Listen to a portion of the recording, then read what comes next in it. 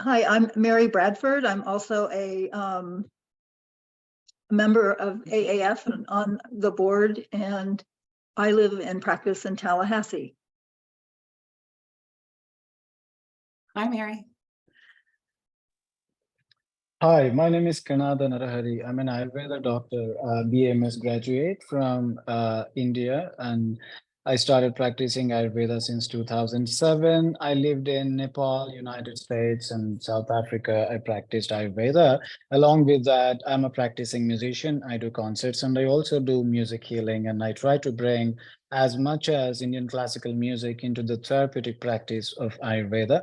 And I started keeping that mission from 2014, since my South African journey started, where I became also kind of a professional Indian classical sitar musician.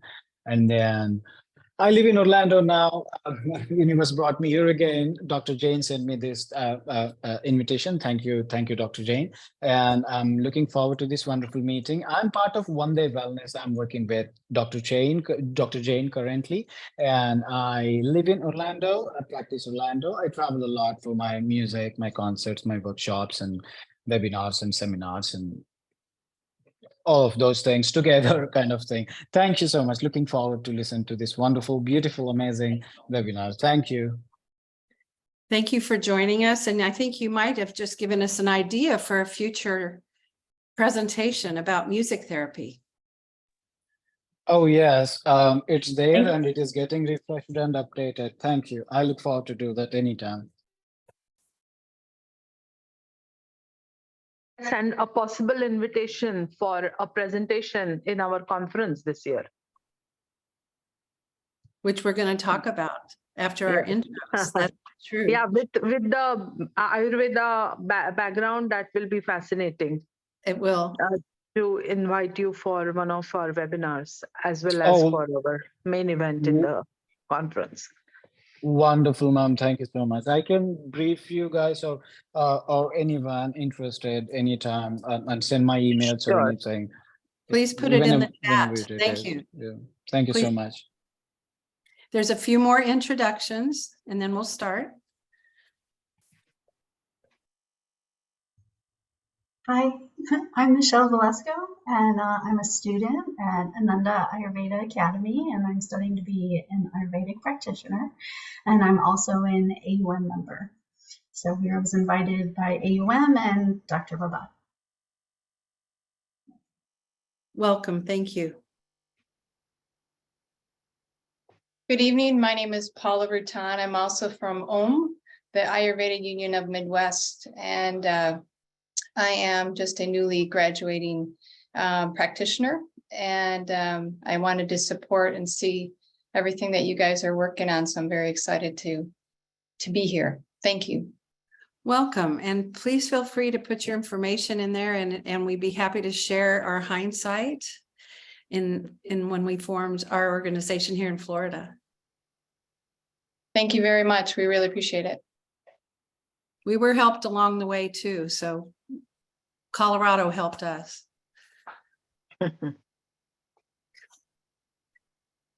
Anyone else need to introduce themselves or would like Namaste, to? everyone. Yeah. Oh, okay. I'm Meena Shankar, based in Maryland in the East Coast. I'm also an Ayurvedic practitioner student with Ananda Academy, and very excited to join this discussion. Looking forward to learning more about it. Like my classmates mentioned, I'm also a member of the AUM. So really looking forward for more such learning opportunities. Thank you. Welcome. Is that I'm everyone? known as, not Oh, quite. I'm known as Ramdas, and I've known Dr. Jane for quite some time through the Amrit Yoga Institute. There's a number of us here associated with that. Just glad to be here this evening. Thank you for joining us.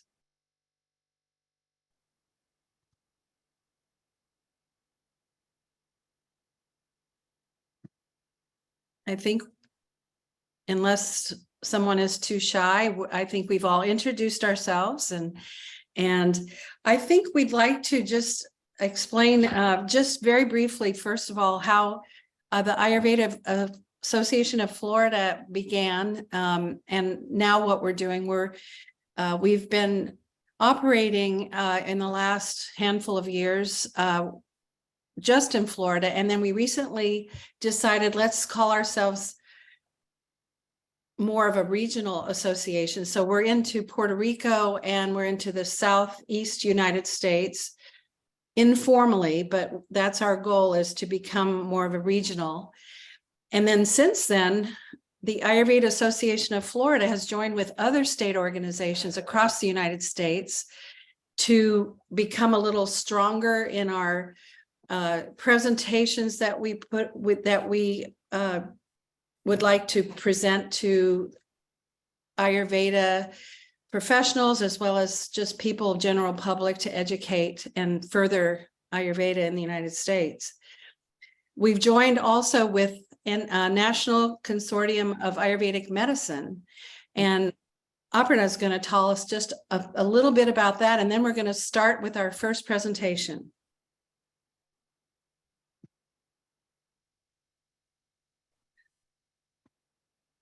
Aparna? Yes, so I was actually trying to. She's got a new phone. Yeah, just today. So it is taking me quite a while to, go back and forth on the whole system. So National Consortium of Ayurvedic Medicine is basically quite a few of us just thought about coming together to share our efforts, and with a common mission and vision about promoting Ayurveda and creating more awareness, taking the education standards further. We just decided that several of our state associations should come together. Ayurveda Association of Florida has been organizing annual events, like we have, of course, throughout the year, we have webinars, but we also have an in-person conference every year annually around the Dhanvantari Day, which is October, November time of the year. And we thought, many other associations around the country do similar things. So rather than doing all these things at different locations, why not all come together and do a big mega conference every year in some place? This year we planned it in Orlando because we are all here, and we also have like a great facilities like convention centers and good good opportunities here in Florida, in Orlando region, and also for a lot of people internationally to fly in. So we decided that as our venue for this year. And I'm very excited. We are in the planning stages, but things are shaping up very well. We are also getting a lot of support from the Ministry of Ayush, which is Ayurveda, Yoga, the health ministry in India, associated with Ayurveda and Yoga.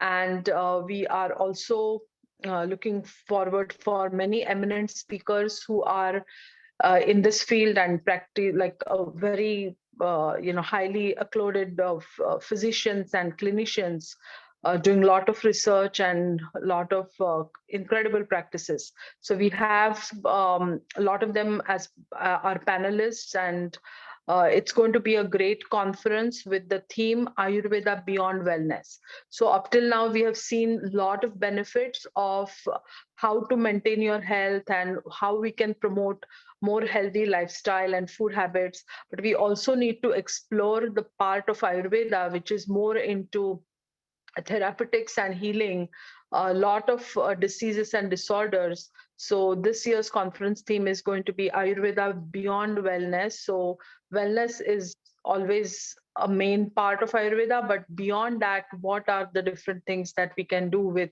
Ayurveda as a medical system? So that's one of our goals, to introduce a lot of these other aspects of Ayurveda. And the October conference the venue is in Orlando, Westgate Lake Resort. The dates are 27, 28, and 29th of October. We already have a website that is open and active. You can go ahead and do the registration.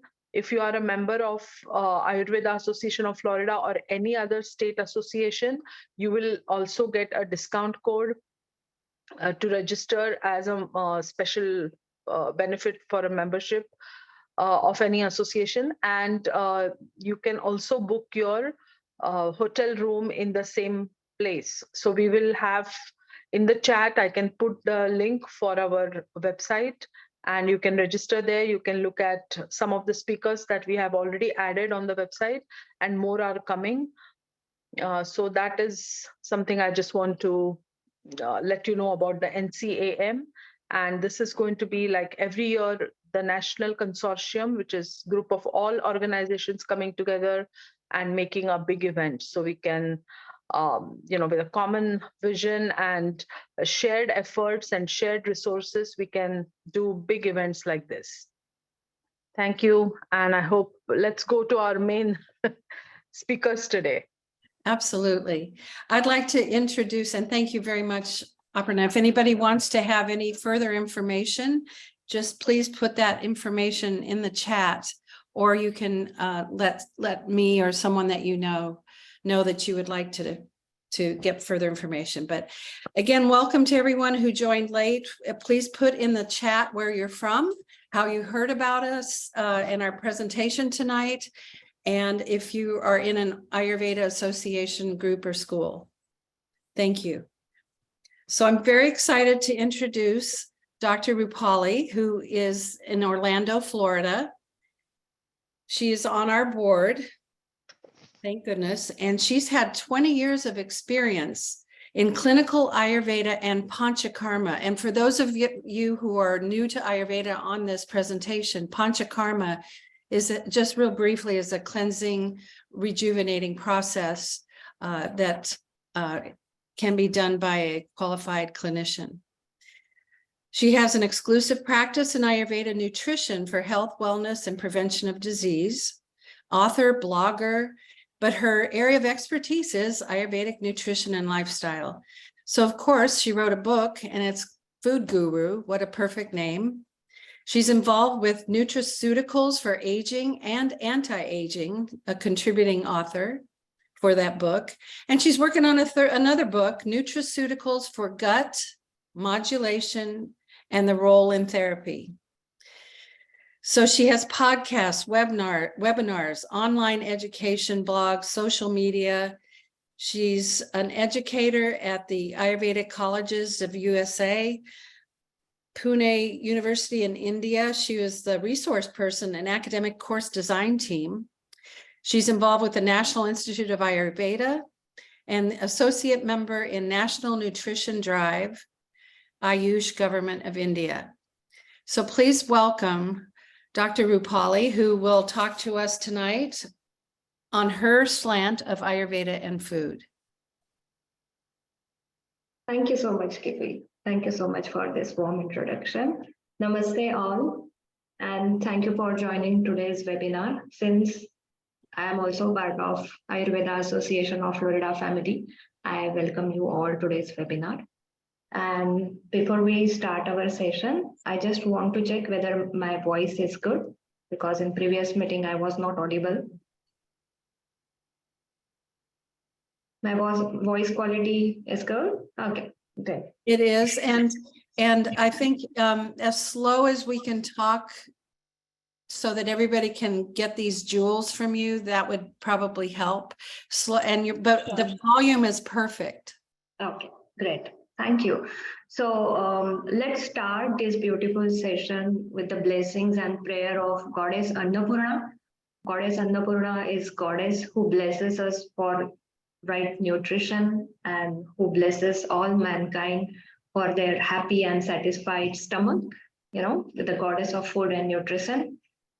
So, Om Shri Annapurnaya Namaha. So I'm going to talk about my book named Food Guru, Your Guide to Eating Right today. So it will be interactive discussion between you all and me, and not just giving information of book, but if you have any questions regarding book or regarding Ayurveda food or anything that bothers you, or you want to know more about nutrition, this is your this is your platform. Please go ahead and ask.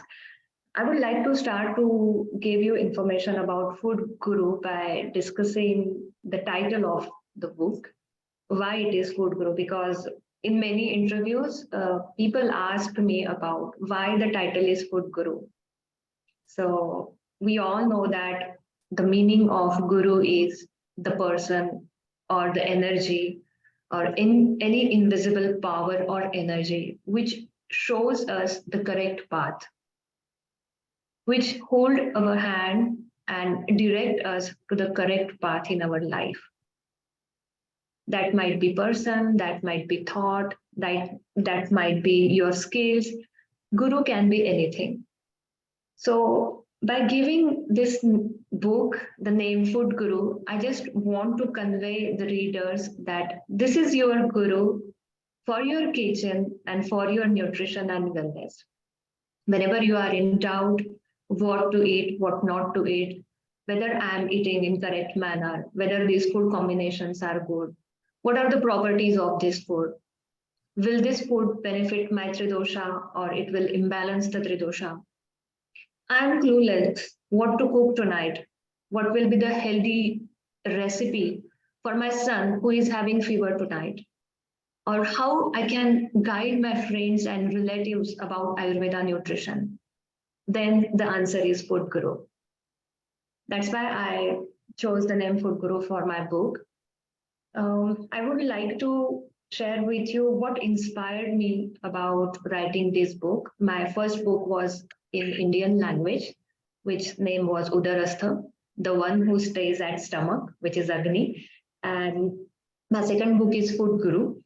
So the inspiration, there are two major inspirations, which which inspired me, or which showed me that it is really important to write these things for common people.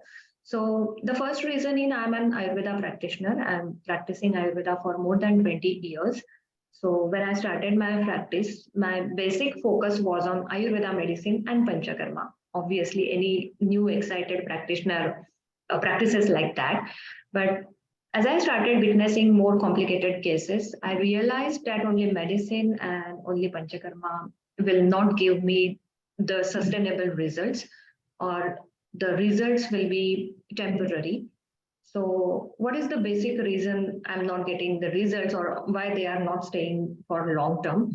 So when I look for the food habits, when I got deeper into the history, then I found, okay, food habits is the major reason at its first place to cause many disorders in these people. So I again go back to Charaka Samhita. I again read a lot about food. What are the food theories? I compiled them together. I studied more about more Ayurveda diet books and whatever source that was available for me. And then I reached on the conclusion that I need to focus food as medicine as a major part of line of treatment. So I started suggesting pathya recipes for my patient. I started taking deeper histories before I give them any medicines or before I advise them any therapies. Then I realized that clients or patients or people are more interested to learn about Ayurveda. They are committing food mistakes because they don't have any authentic knowledge about food. It was not their mistake. It was a mistake of our Ayurveda Vaidyas who were not sufficient to explain them. So those experiences opened my eyes, and I seriously started writing. Initially, I used to write only for my patients through email and newsletters. Then it was social media booming at that time, so I started writing on Facebook, WhatsApp, and people loved the blogs. People were really amazed by the wisdom of Ayurveda dietetics, cooking process, various combinations of food, and the benefits of spices. So this wisdom is endless. Ayurveda nutrition wisdom is endless. So there was huge response, and then that was the first reason I decided to write a book so that it can reach more people. More people can keep it handy whenever it is necessary for them to follow various recipes, or to, you just open any page of book and there should be something that will change your perception, or that will add any positive value in your daily wellness routine. That was the first reason. And second reason was many clients and many readers asked me that, okay, Ayurveda diet can work in India, but whether we are able to follow Ayurveda kind of diet, even if we are not staying in India, I'm staying in USA, I'm staying in Europe, is it possible for me to follow those recipes? So that was the second inspiration for writing Food Guru or other books or many blogs, that I wanted to break this, kind of resistance towards Ayurveda nutrition. Ayurveda is for everyone. I always say in fun that whoever eats can follow Ayurveda nutrition rules or whatever guidelines. So that was the second inspiration behind my writings. So I wanted to bring the wisdom of Ayurveda nutrition in simple language. The theories should be explained in simple language. They should not be complicated. Otherwise, it will not benefit the layman. And the recipes, only theories are useless. You have to offer something practical. Unless and until I don't know how to cook. Okay, I got that 6 tastes are very important for me as balanced diet, for my health, for my wellness. But how can I cook bitter taste food? What are the bitter taste dishes that I can include in my diet, in my daily diet? Or what are the astringent taste food? So many people are, trust me, many people are not aware of this taste concept. So I thought, okay, only giving knowledge is not enough. I have to give some practical solutions also. Because whenever I take case, whenever I consult, people consult me for their illnesses or for their general well-being. So I must give them at least 10 recipes. When I say avoid these 5 types of food, right? I have to give them good alternatives when I'm suggesting them to stop some food items which are causing diseases in them. So Food Guru born like that. The Food Guru design is in 3 sections, basically. The first section, let me show you my book first. So this is the design of Food Guru. And you can see this person is sitting in, Sukhasana, Padmasana, and these are Pancha Mahabhutas around him. So this design, I'm so blessed that this designer designed this book cover so well. That person is connected with the nature, with all his senses. Because what Ayurveda says, whenever you are eating or consuming the food, you have to concentrate on your inner self. Your sense organs should be concentrate on eating, right? Keep your worry aside, keep your stress aside, turn off the television, if you are angry with someone, just relax, take deep breath, wash your hands, wash your face, bring your attention in align with your body and mind. So this book cover I loved a lot. I hope you will also love it. And the first section of this book talks about beautiful Ayurveda diet theories.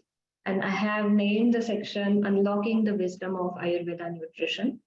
Because yes, there is, the huge treasure of Ayurveda wisdom, but how to unlock that wisdom, how to bring those beautiful, intelligent, but complex theories to use for common people. That was my first time when I wrote Food Guru. This is not only for Ayurveda Vidya. Anyone can apply these food items, recipes, or principles in their daily diet.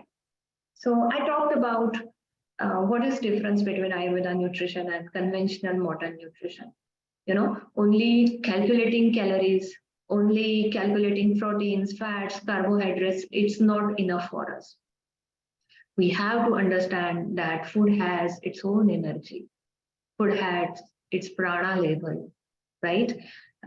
It is not just lifeless chemical composition. It is going to nourish all your tissues. It is going to nourish not only your body, but it is also going to nourish your mind, your emotions, your thought processes, your behavior. So I try to concentrate on some important theories like, Prakriti, how to understand your Prakriti and what kind of food you can follow according to your Prakriti. Then balanced taste diet, 6 taste, how to incorporate all 6 taste in your diet. So then my personal favorite chapter is disaster food. Is your food compatible? Trust me, food compatibility or viruddhana or incompatible food is the unique concept in Ayurveda, which talks about that not every food goes along with each other. If you are mixing food illogically, they are going to produce toxins in your body. So it is really a need of time to bring this theory of viruddhana in front of everybody, because 60 to 70% diseases are metabolic diseases, the diseases which our body is producing for ourselves, because we are not following the right kind of food habits, we are not eating the right kind of food, we are having stress, we are not following the good lifestyle. So these 3 reasons, ahara, nidra, brahmacharya, Ayurveda stresses on circadian rhythm, your nutrition and your mental health. And if these 3 things are not in balance, or if those are not aligned, then you are going to suffer diseases. And viruddhana is supposed to be a major cause to produce all type of metabolic disorders in human being. So I tried to explain this theory, and I just not tried to explain, but I also gave some modern examples of viruddhana.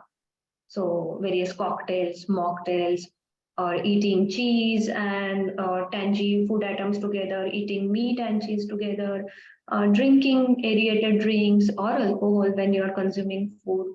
There are so many modern viruddhana with scientific explanation why I am mentioning this, or why Ayurveda has, typically mentioned these viruddhana examples. Then another unique thing about Food Guru I would like to share with you all, that this book has a separate chapter on consumption of water. Because most of the times water has no nutritional value. So no dietitian will, they will just say you keep yourself hydrated, drink as much as water you can, keep yourself hydrated, it's their mantra. But even excess consumption of water or mindless consumption of water can harm you a lot. So you will really enjoy reading this chapter. The chapter name is Water, the Elixir for Nutrition. How you can use water to reduce the toxins in your body, how you can use the water to increase the agni of your body. So these are really very unique concepts from Ayurveda, which I honestly try to bring in simple languages for readers. And I also talked about gut health, which is a hot subject of today. Everybody is talking about gut health. And I tried to give Ayurvedic solutions for gut health. And second section is wisdom in action. Okay, lots of theories are there, but let's act. Let's bring those wisdom in our actions. So Ayurveda recipes and more.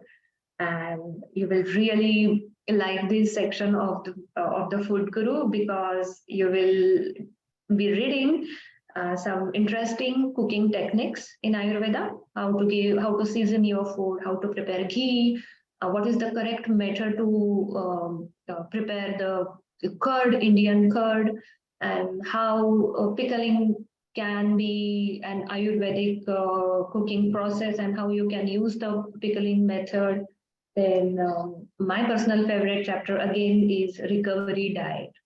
Pathya diet or recovery diet is the essence of Ayurveda nutrition. And this chapter talks about various health conditions and how you can use food as medicine in those health conditions, and what is the concept of Pathya diet in Ayurveda. And yeah, surprisingly, everybody talks to eat less sugar or, keep away from desserts. But to my own surprise, but I started this section with the dessert section or dessert chapters. So there are some healthy desserts. And few of the desserts you will be amazed to read that those are as old as 5,000 years old. Some recipes I have taken as it is from the Vedic eras. There is a recipe named raga, which is a harmony. Raga is literally translated as harmony. So just like musical harmony, this dessert consists of various tangy and vitamin C rich fruit and goodness of honey. And those are cooling properties. Those are pitta pacifying and very simple dessert, which will not harm you, but they will increase your immunity. They will increase the goodness of all tissues in your body. So don't be scared of desserts. If you want to enjoy desserts, you can definitely refer the chapters. The chapter name I have kept sweet healers. Healing. Not all the time medicine should be bitter. There can be sweet medicine also. Then Sharbat is again a very important chapter, I would say, from Food Guru, because we all love something which is cold or something which is liquidy to boost our mood and even instant energy. And I can see younger generation, I can see children, and I can even see the parents drinking sodas, tonic waters, aerated drinks, or canned juice, which is not at all healthy. So I tried to give almost 20 useful, simple to make sharbats or cold drinks with the goodness of Ayurvedic properties. Then again, Tickle with Pickles is the chapter name, which talk about beautiful Ayurveda probiotics. And Kanji Vada is the probiotic recipe from Ayurveda, and that is taken from the ancient book on cooking, which is Bhojan Kutuhala, which is almost 2,000-year-old script. So you are going to read interesting stories about food items. In the soup chapter, where I talk about Ayurveda soaps, I have given how the word soup is invented. So we all think that soup is an English word, but no, soup is a Sanskrit word, Sanskrit language word. The first mention of the word soup is in Charaka Samhita, which is soupya is the word for that particular dish, and where exactly the soup-like recipe is mentioned in those Sanskrit literature. So you will love Ayurveda probiotic, because we all know that chemical probiotics or synthetic probiotics is not going to nourish your gut health. You have to come back to natural food. You have to come back to simple food. Simple things are more complicated nowadays. I don't know why, but Food Guru is so simple. It will bring you to simplicity. There is nothing complex in Food Guru. The language, the recipes, the explanations of their medicinal benefits are very simple.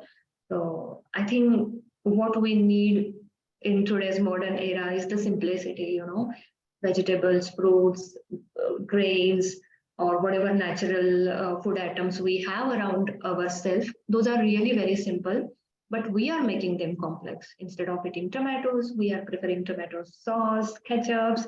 Instead of eating fresh lemon, we are going to buy lemonade, which has preservatives, chemicals, and whatnot. So I try to cover almost all food classes like desserts, probiotics, sherbets, and the most important chapter in the Food Guru, I will say, is delicious dips. Because if you are making sandwich, if you are making tacos or anything, you need something, right? You need some spread, or you need something juicy to make it taste better. But all the spreads or ketchups or sauces, they are chemically loaded. Then what is the simplest solution? This chapter is the simplest solution, because I have mentioned almost 20 types of spreads, which you can easily make within 5 to 10 minutes in your home, and you can store it up to 2 weeks. So yeah, this is the very important chapter, because it also talks about taste, which is missing from our diet. कोणाकोणाला बोलायचंय? Ishan I think somebody's mic is, somebody has to mute their voice. Thank you. And I will not take much time because I also want to hear from Dr. Jain. And third section is about, you should know what you are eating. If I am eating taco today, or if I am eating soup, I'm having soup today. So I should know whether it is increasing my vata, whether it is favoring my pitta dosha, or whether it is, it is not good for me. So I mentioned various oils, dairy products, grains, millets, fruits, dry fruits, herbs, spices, aromatic herbs, pulses, grains, millets. Millets is a very important section in this fourth chapter, and you can easily learn how to incorporate millets in your diet. And the most important chapter I would like to talk about in this section is oils, because there is so much confusion about oil. Which oil is good for deep frying? Which oil is good for saute? Which oil we can use as raw oil? So I talked about literally 16 oils. So corn oil, canola oil, vegetable oil, mustard oil, every type of oil I tried to cover in this chapter. So you will be able to understand the properties of those oil, and accordingly you will be able to decide which oil is right for which type of cooking. And can talk for like hours together because the thing is very close to my heart. But yes, if you are looking for something which is simple, clear, and which can benefit your health, which the food is not only healthy, but it is mindful, it is soulful, and it is even, taste pleasing, I would say. So thank you so much thank you so much for listening to me. And I would love to ask if you have any questions about the book or any other thing. And if anyone of you want to purchase the book, you can email me. I will type the email address in chat box, because it is available online in India, but it is still not available online in USA. So don't worry, I can ship it to you. The price of this book is $24, but for our family, Ayurveda family, discounted price is $20. So go ahead and avail this opportunity of discounted price. Thank you. Thank you very much. Are there any questions for Dr. Rupali? And if not, why don't you think about it, and we'll introduce Dr. Vijay Jain, MD, who brings 40 years of experience in general surgery and 20 years of focused study of integrative medicine to his practice of traditional Western medicine, combining it with ancient Ayurvedic medicine.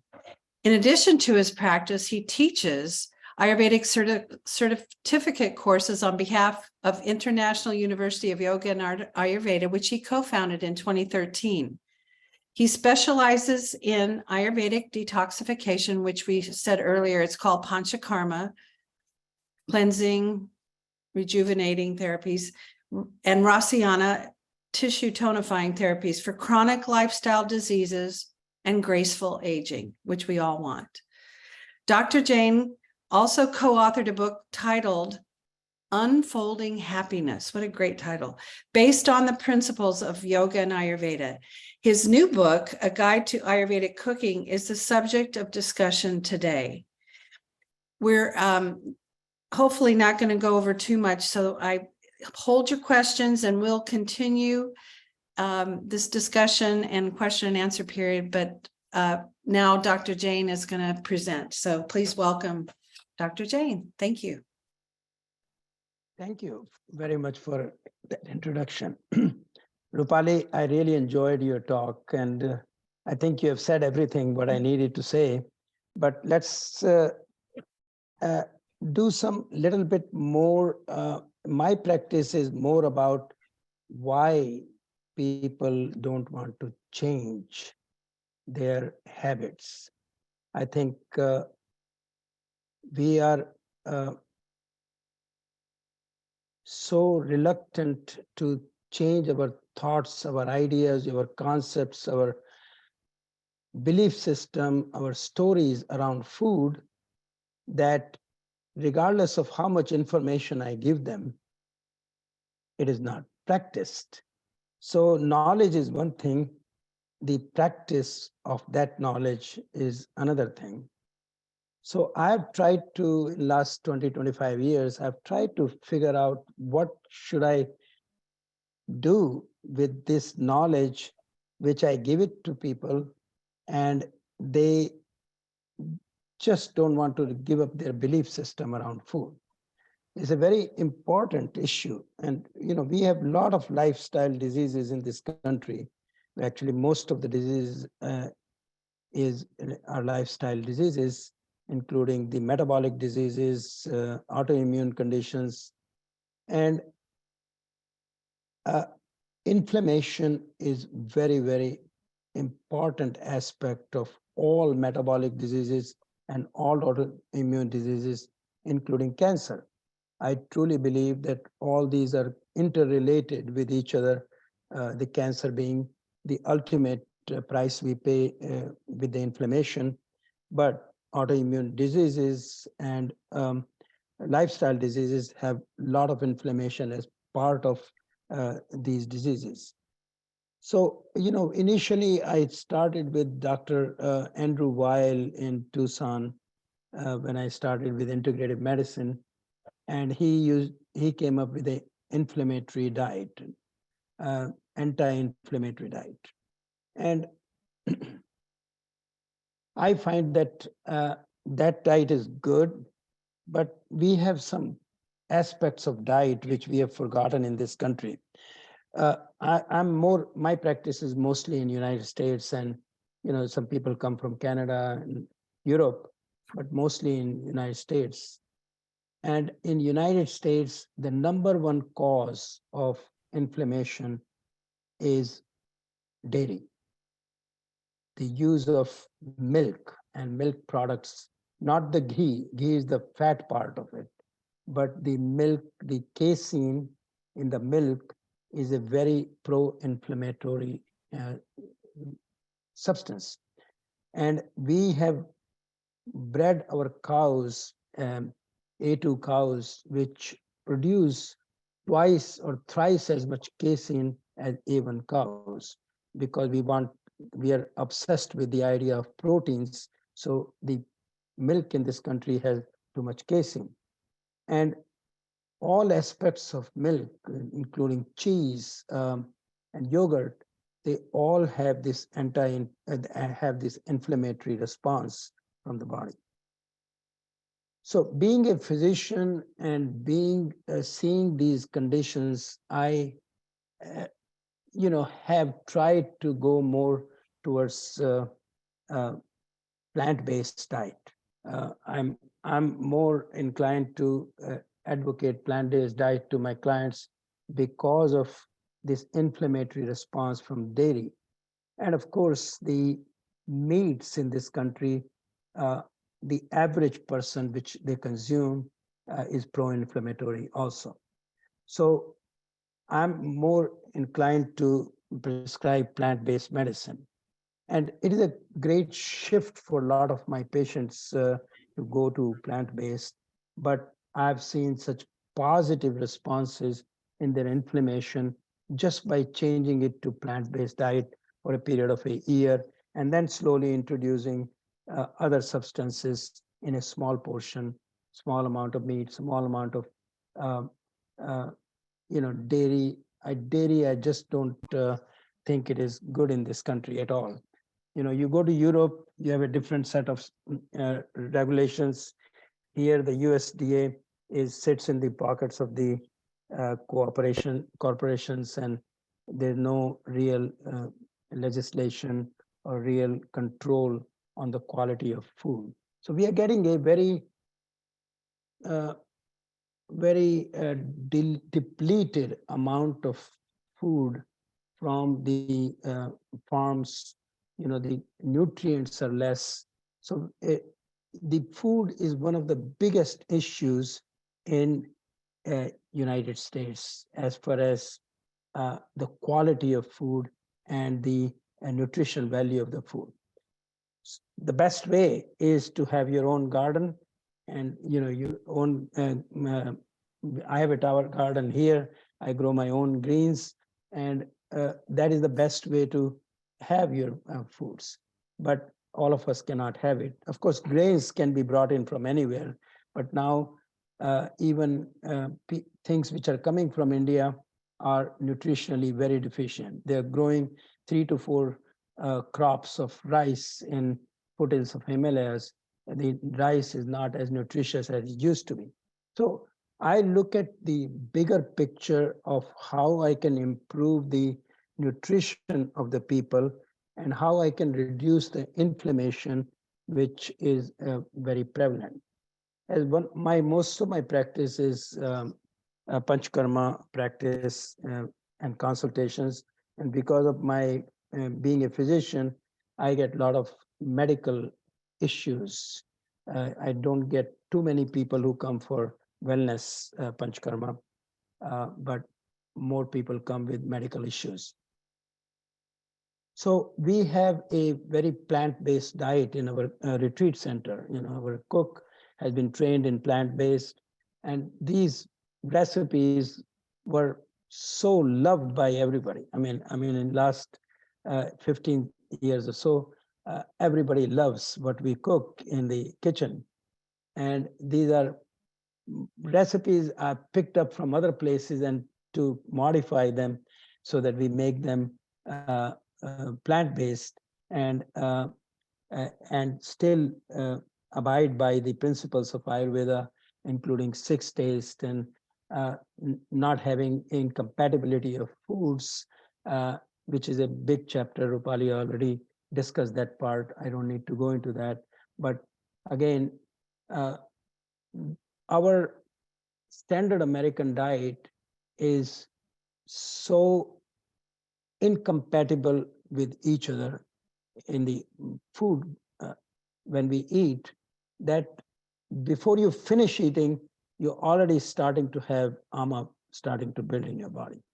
It is very toxic because of, you look at standard American breakfast with bacon and eggs and juice and coffee and milk. We give it to kids. It is just not compatible at all. Having a large pizza and a Diet Coke is not compatible with each other.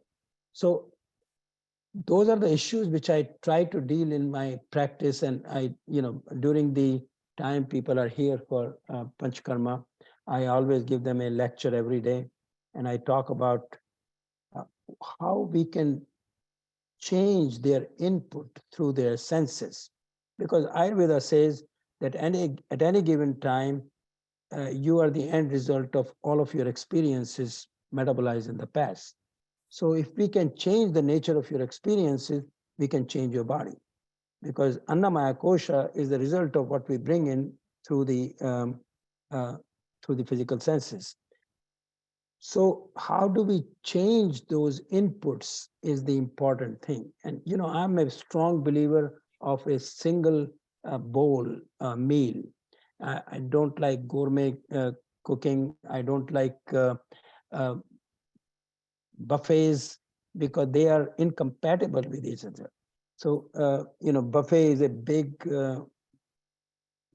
passing time for a lot of Americans. They go to big buffets and then they say, well, my diabetes is not getting controlled.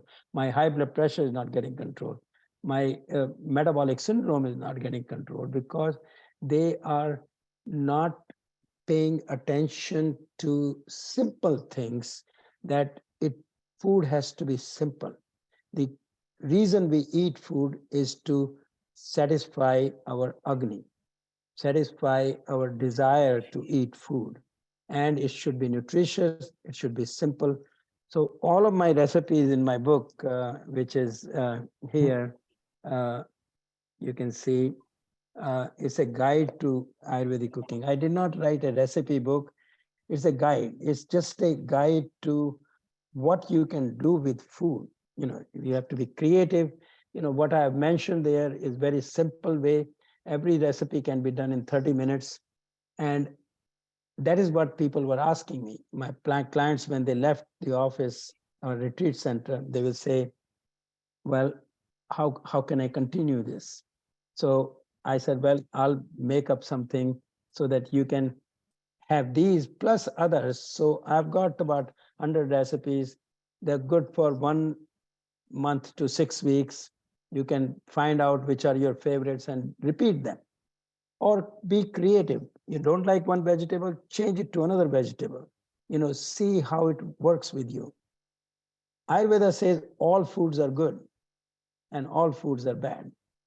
Depends on who is eating it, when they are eating it, how they are eating it, and in what combination they are eating. And that is what I try to impress on people, is that pay attention to those things. So, so I've tried to do that in this book, try to give them a little idea of how simple cooking can be. It does not have to be a gourmet cooking. It doesn't have to be Indian cooking. It doesn't have to be Indian spices, which I'll come to in a minute.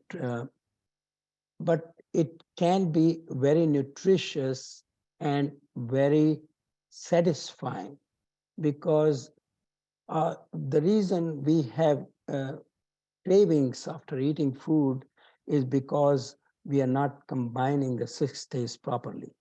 And I try to do this in every recipe, that we try to make sure that all the 6 tastes are present. But then be creative. There is no hard and fast rule on how to cook. I like for kafas, I tell them to make more roasted vegetables, roasted foods, and make them tasty. I mean, it's very easy to do that. But let me come back to the question of spices, because that is one of my favorite topics I always talk to my clients about. That spices are what make the difference in Indian cooking versus Ayurvedic cooking, or any other cooking versus Ayurvedic cooking. In Ayurveda, we like to use a lot of spices to make it flavorful so that it is palatable and is nutritious. But besides just those essential oils which come out of those spices, that is not the only thing. These spices are prebiotics. So this has been shown in several studies that the spices are prebiotic. What is prebiotic? Prebiotic are those substances which our good bacteria need to grow, so that the diversity of the bacterium in the gut is improved by using spices. The good bacteria need good spices, they need fiber, and they need some of the products which are present in ghee, for example. So we try to combine all that, and maintaining a good bacteria count, good diversity of the bacteria and other microbes in the gut is extremely important. We are at the cusp of finding out that a lot of autoimmune conditions, a lot of metabolic diseases occur because of the disturbance in the gut biome, including some major neurological diseases, which neurodegenerative conditions and psychiatric conditions, which could be due to gut biome imbalance. So this is the basis on which I work with my clients. I do not give them any hard and fast rules, but I try to have them more creative and more enjoying the cooking part. Every recipe in this book can be done in half an hour. And I tell them, if you don't have one vegetable, substitute it with another vegetable. I've given a lot of substitutions there. And at the bottom, there's a note saying that this is good for vatas, this is good for pittas, and this is good for kapha. But you can change it by changing the way you cook a meal. You can change the nature of the food by just different method of cooking. By roasting, you can make it more pacifying to kaphas, because you have taken a lot of water out of the food. So again, I like to tackle the point of food is the most difficult part in my practice.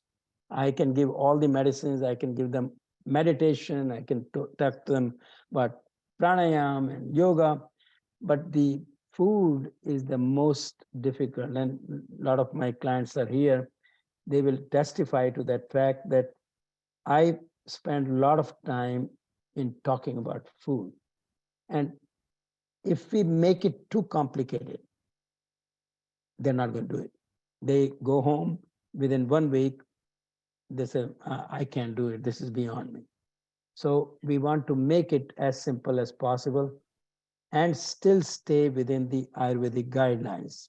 And that's my goal, is to keep it within the Ayurvedic guidelines, but make it simple enough so that they can get the benefits from that food.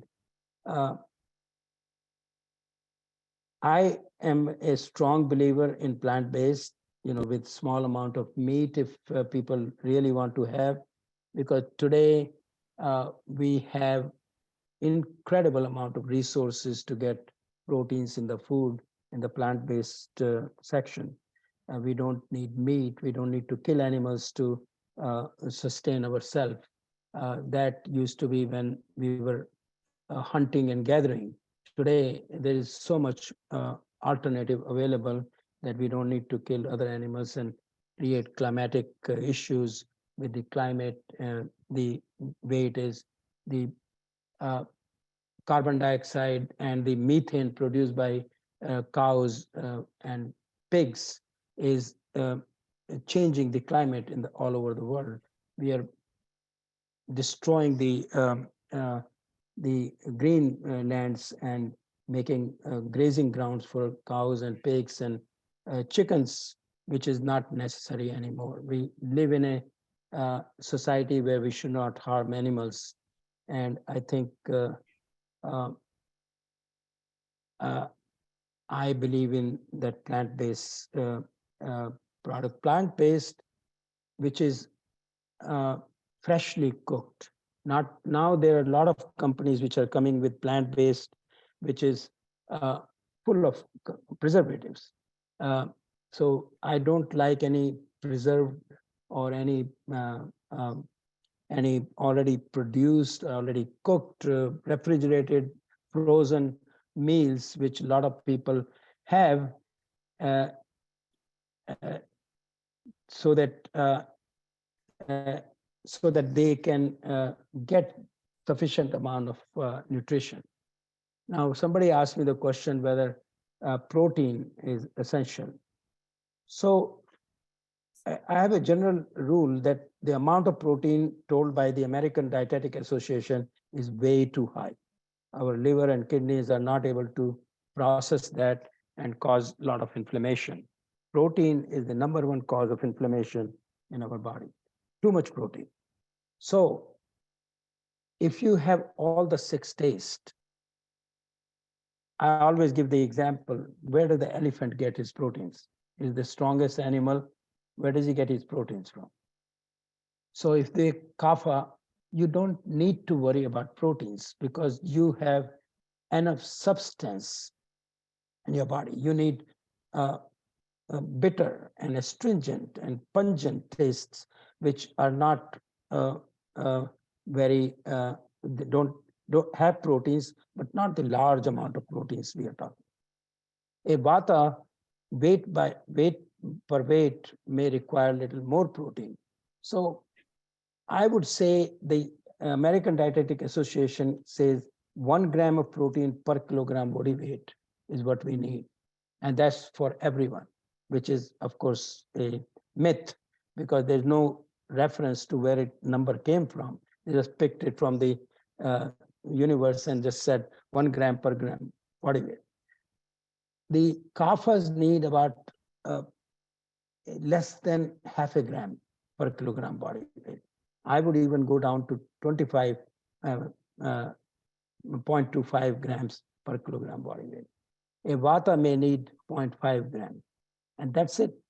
You don't need that much protein. Protein is the cause of all inflammation in our body, too much protein, because we have liver has to digest it, the kidneys have to take care of it. So a balanced complex carbohydrate diet, a balanced fatty diet, and a moderate amount of protein is all we need. But the carbohydrates, complex carbohydrate, need to be the major part of our foods if we are going with a plant-based diet. Again, everybody knows about what are the different foods for different tastes, so I'm not going to go into that per se. I'll open myself to some questions because I'm sure I've started some real controversy here, especially with Ayurvedic physicians around me. But that's my opinion. Thank you very much. I think we're all so amazed by both of you, but please, we've gone over a little bit, but if there are any questions at all, please voice them. You have a few minutes. Keto diet. Somebody wants to know about keto diet. So I wrote an article on keto diet and Ayurveda. Keto diet is not Ayurvedic diet. It is actually one of the worst diets. And it has been going on since 70s. It was South Beach diet, Atkins diet, keto diet, paleo diet. It comes under different names, but the principles are the same. It's a high protein, high fat, low carbohydrate diet, which is not good for human being. We are, our construction of our alimentary tract is not meant for high protein, high fat, low carbohydrate diet. A lion maybe, but not for us. The keto diet it's good in a short term to stimulate somebody's metabolism. So I have used keto diet or paleo diet for maybe 6 weeks to 3 months to just get their metabolism started. They lose some weight and they get a positive feedback that I can lose weight. But then even Dr. Atkins died of heart disease because is a very bad diet for heart, because it's a high fat, high protein diet, which is not good for your heart. So keto diet, paleo diet, all those fads which keep on coming back and again, they are good for a short period to stimulate your metabolism, but after that you need to go back to simple principles of plant-based diet. Any other questions? I think there may be some other. There is another question about restricted time eating. Okay, so intermittent fasting is very popular right now, and I've given it a lot of thought. I think it's a good way to for the kaphas to control their eating. Kaphas love food, okay? That is, they think they have been born to eat, and kaphas love food, and we have got a lot of food in this country. So for kaphas, it is a good way to restrict their diet to 1 meal a day at lunchtime and maybe a small soup or something in the evening. But then they stay for 14 to 16 hours without any food, which makes them digest all what they have eaten because their agnis are low. And anybody with their low agni, intermittent fasting is good. Because we know in Ayurveda, fasting is good to improve agni. One of the best ways to improve agni is to do fasting. But in Ayurveda, we do not recommend fasting for vatas. Pittas can do some fasting, but kaphas, is the best way to help them is to do fasting.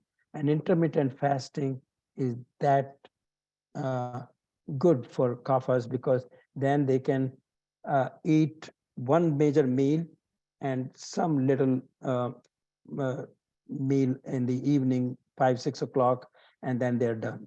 So they can have a meal at about 11-12 and the large meal, and then small amount of food at 5-6 o'clock in the evening, and they're done. Because they don't need too much substance, because they already have a lot of substance. They've got water and earth, which is enough. They need space, air, fire. Those three mahabhutas they need.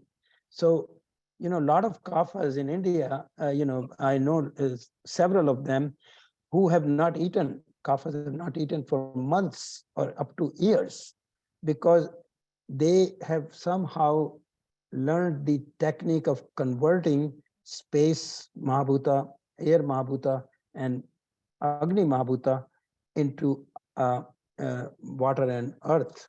And it's a transformation, because we know all the elements start with space, then air, then fire, then water and earth. So they have learned how to transform those elements into water and earth, and they don't need to eat, because they can survive without eating.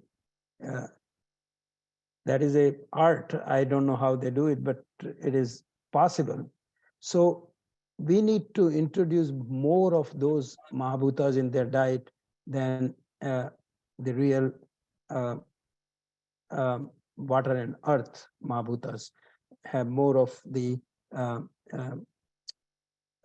initial elements of space, air, and fire.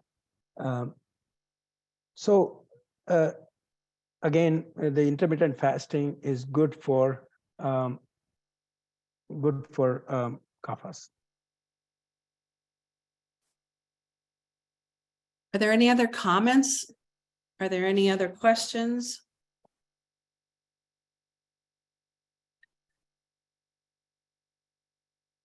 Oh, where can we get your book? You can go to One Day Wellness. I work in One Day Wellness, VAND. I'll write it down. To One Day Wellness.com. Both of my books are available there. And if anyone on this presentation tonight have questions, maybe when we're finished, would both of you be willing to answer questions directly? Yes, absolutely. Dr. Rupali? Yes. You as well? Okay. Here So we go. please. I wrote my email. You can send me an email on that. Okay. And Rupali, I think did you put yours in there as well? Yes, I'll put it again. Thank you.